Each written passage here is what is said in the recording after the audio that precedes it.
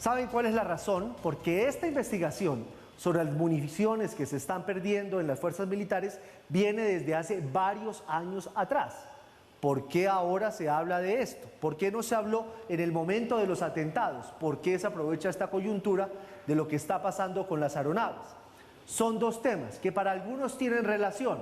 Lo cierto es que con el tema de las aeronaves resulta inaceptable que se estén haciendo operaciones con helicópteros que no tengan el control debido. Claro, el ministro de Defensa dice que no despega un helicóptero que no tenga la debida revisión. Falta ver qué dicen los pilotos de la Fuerza Aérea de cuáles fueron las causas, por lo menos del último accidente, y eso sí, urge hacerles mantenimiento. Hay muchos helicópteros en tierra y eso en un conflicto de guerrillas quiere decir que hay muchas operaciones contra los terroristas, contra los guerrilleros que están suspendidas.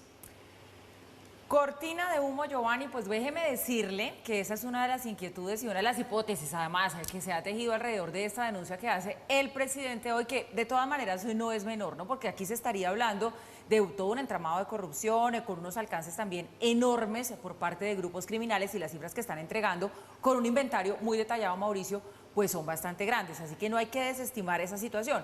Pero de todas maneras, sí, lo que dice Giovanni es muy cierto. Esto no puede hacer que el país se olvide de lo que podría estar pasando con los helicópteros, con el mantenimiento, con su funcionamiento, no solamente por el tema de qué está pasando pues con las operaciones para volver a restablecer el orden público en donde este tipo de aparatos se necesitan, sino también, Mauricio, porque estarían corriendo peligro pues la vida de nuestros militares. Ya se han muerto varios.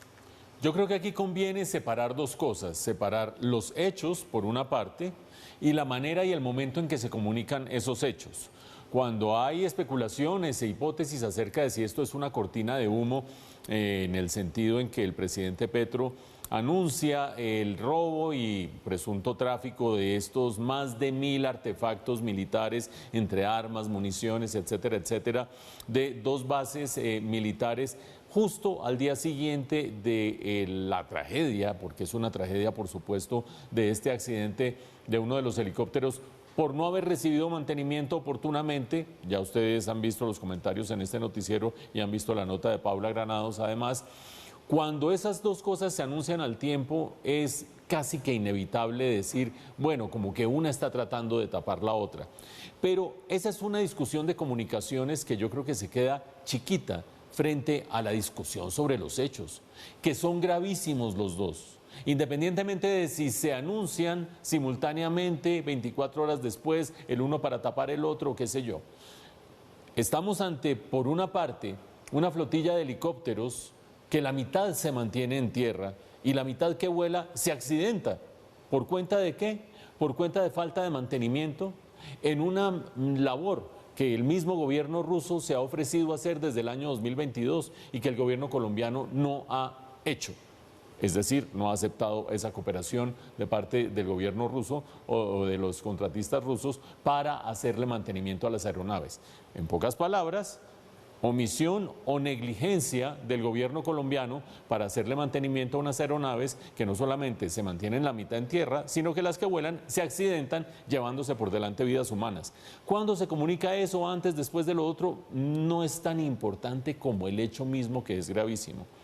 Tan grave o incluso más grave es el hecho de que de dos bases militares se haya detectado el robo no de 20.000, no de 30.000, no de 100.000, de más de 1 millón de artefactos militares entre armas y municiones. Eso es una barbaridad. Es decir, quien haya visto pasar delante de sus ojos esa salida, el sacar esas armas o esas municiones, claramente es cómplice del otro que es cómplice, del otro que es cómplice, del que las sacó, del que las llevó, y que además, ¿a dónde se llevaron?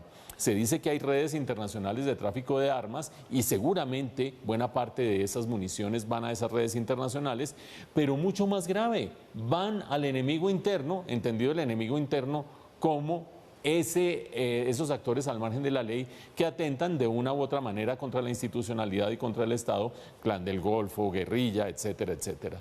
En esa medida creo yo que cuando esto sucede a los 20 meses de este gobierno, le cuesta a este gobierno despojarse de la responsabilidad que le corresponde por estos robos de estas municiones y por este tráfico de estas municiones y estas armas. Es decir, es posible que esto venga de tiempo atrás.